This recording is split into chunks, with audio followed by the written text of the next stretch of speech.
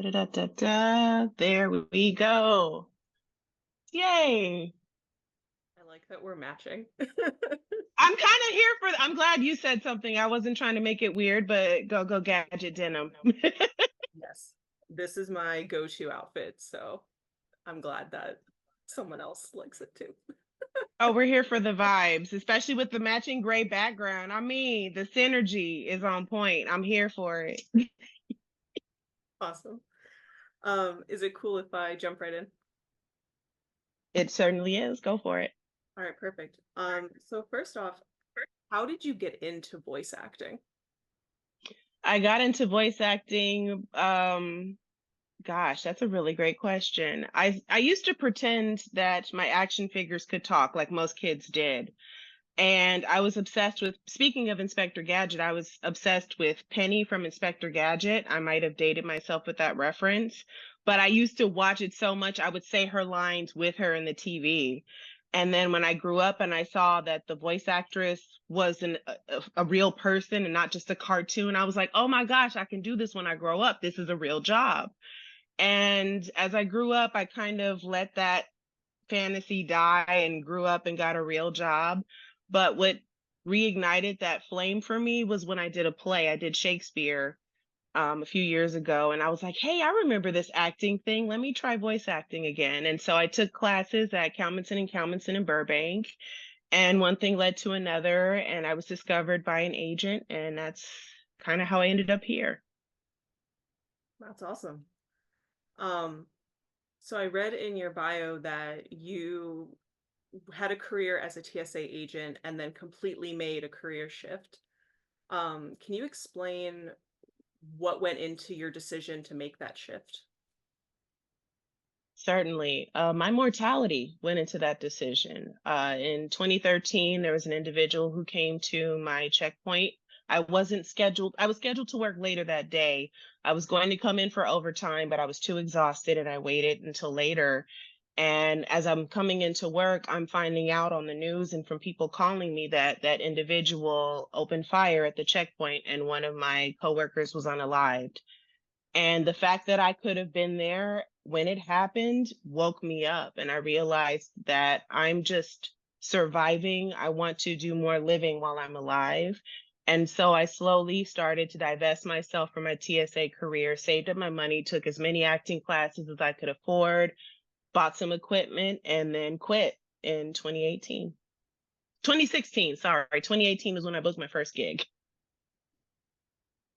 Um, that is terrifying. I am so sorry that that happened, but I'm glad that you're still here and living your best life.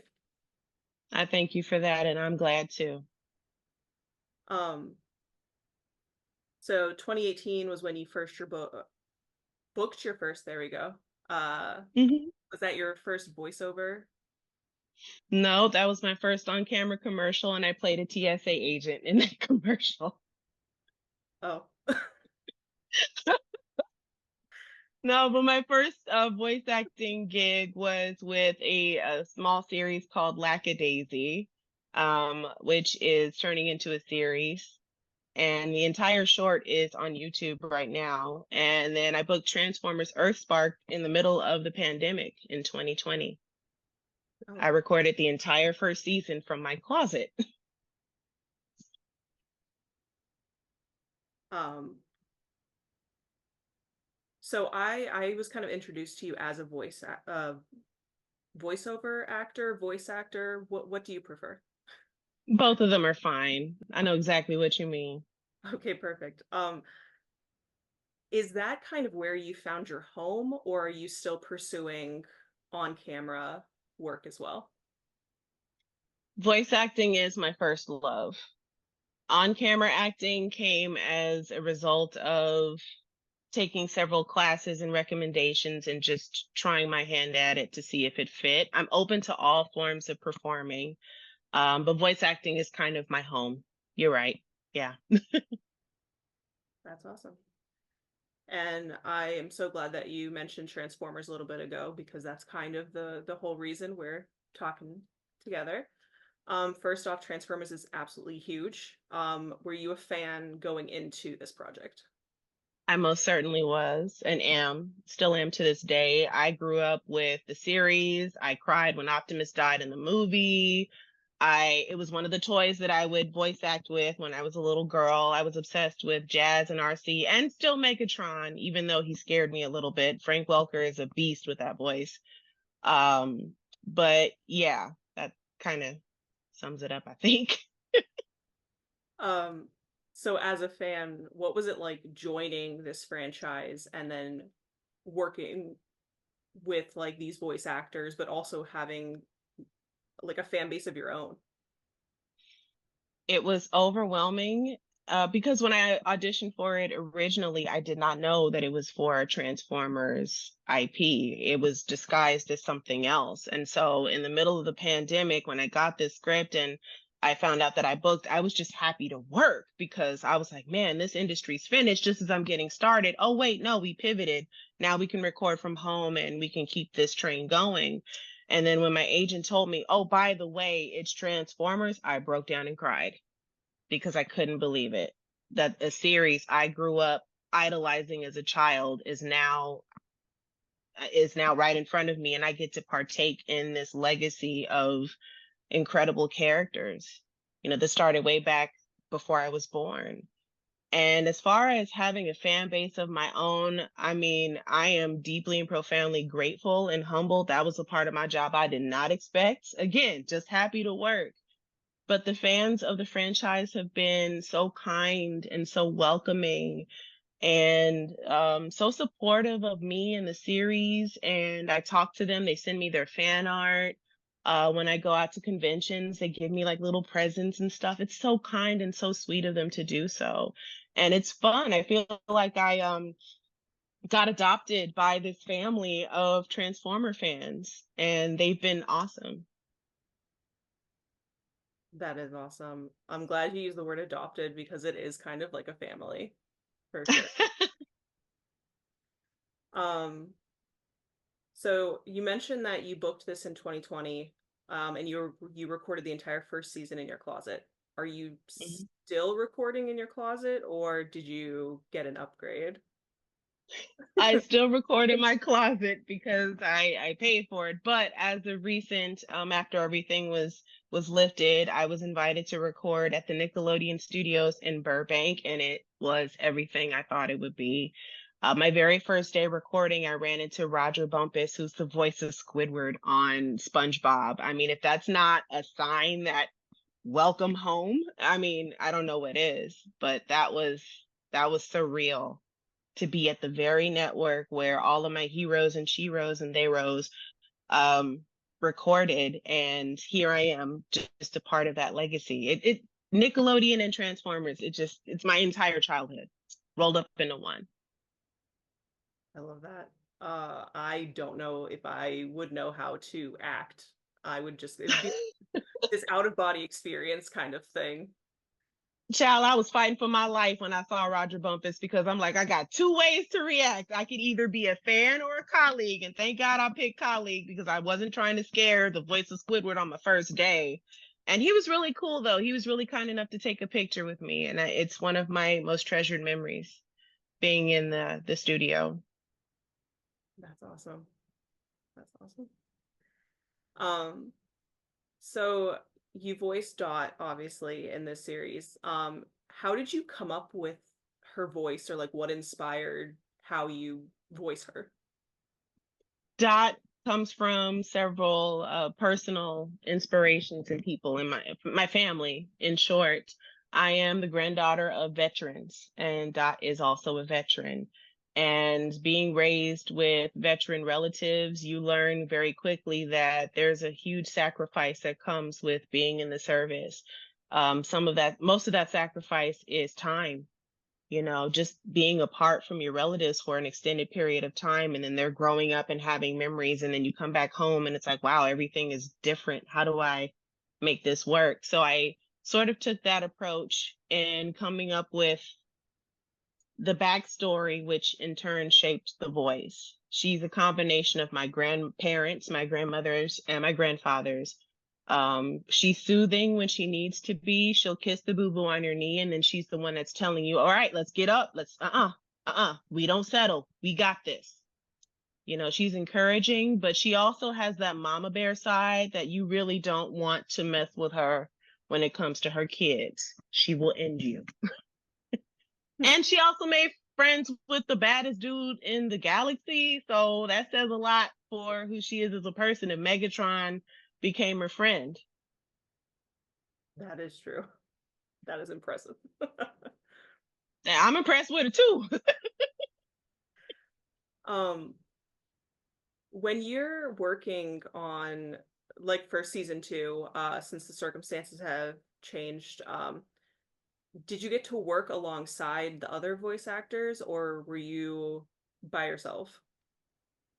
That's one of the things that I kind of got bummed out about. Most of my sessions were by myself. We did one or two table reads in the very, very beginning where I got to hear the voice of my husband, who's played by John Briones, the voice of Dr. Alex Malto, dear friend of mine, incredible actor. It felt like seeing my friend. So that already made me feel like, okay, I can do this. This is my buddy. This is our first show together. We're locked in. We got this. And Zeno Robinson, the voice of Thrash, Zion Broadnax, the voice of Mo, and all the characters. I can go down the whole list. We got that one or two table reads, and I had to just memorize how everyone sounded, how everyone looked, the way the little giggles and stuff, and just keep that running memory. And then I became friends with them online via social media. So I would talk to them so I could still kind of keep their image in my head when I had to go in the booth by myself. So that's sort of how I was able to make it work without being in the presence of, my husband and my kids. That just makes voiceover work like all the more impressive. Because like on camera work, you obviously have people to bounce off of and stuff. But when you're Hmm. by yourself, that's incredible. Um, so what since the series sorry, season has been out for about a month now, what what has kind of been the response to it? Season two has been well received by a lot of people who are fans of the old series for the action sequences.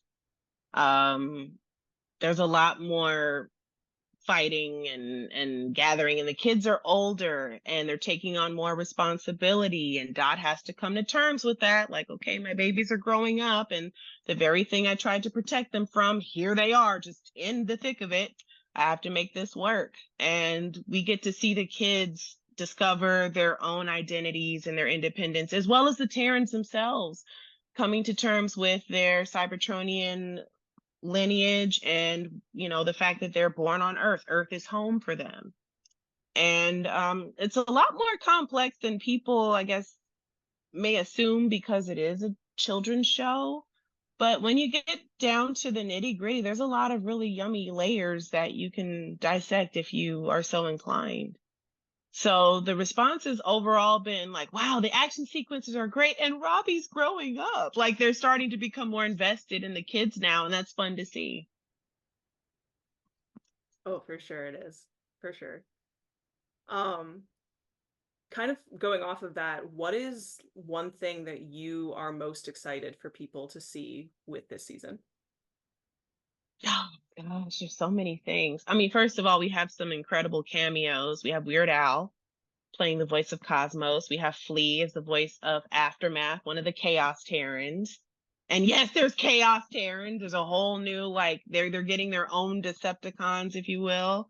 We're witnessing the birth of a new lore, in essence. We're witnessing the birth of all the stuff we didn't get to see in the original series. We didn't know how the Decepticons became bad. We found out later on as the series unfolded, but now it's this new generation is getting their own lore, which is dope to be a part of, other people's childhood.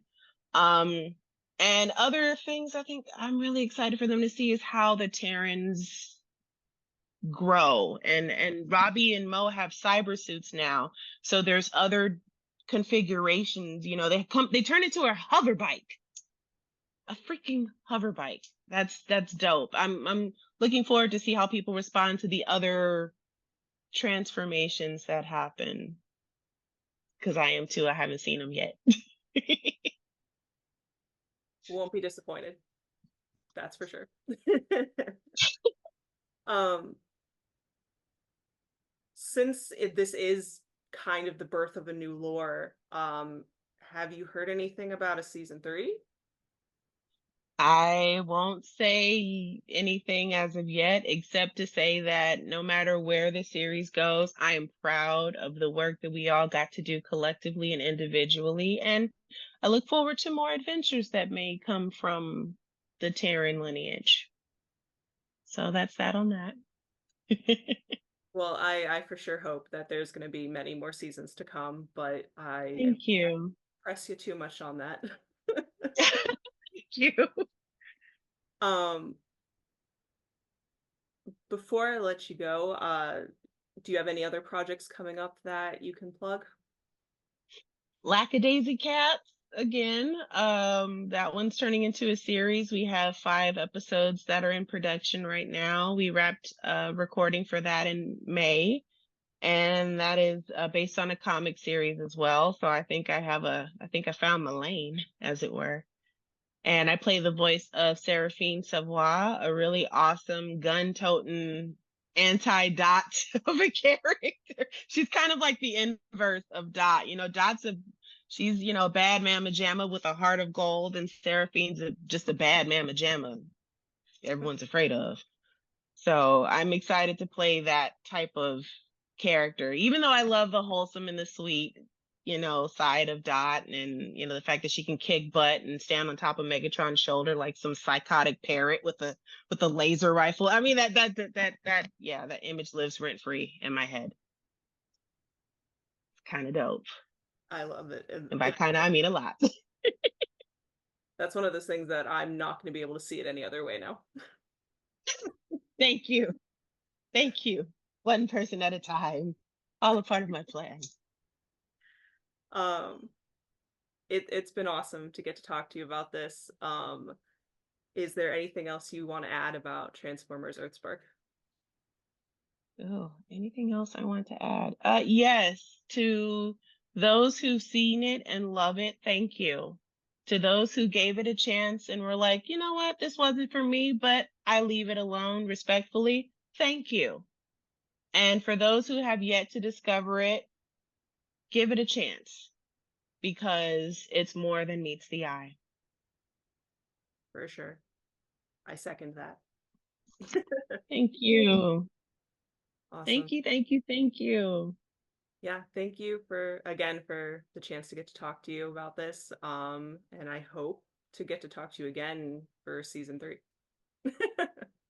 As do I. As do I. Pleasure meeting you. Awesome. You have a great rest of your day. You too. Thank you. And Joelle, wherever you are, thank you. I think she's on here somewhere. There she is. All right, y'all. Thanks, everybody. Oh, pardon? Did you say 1 second? No, I said bye. Oh, Oh, Um, shoot. Never mind. Bye, girl.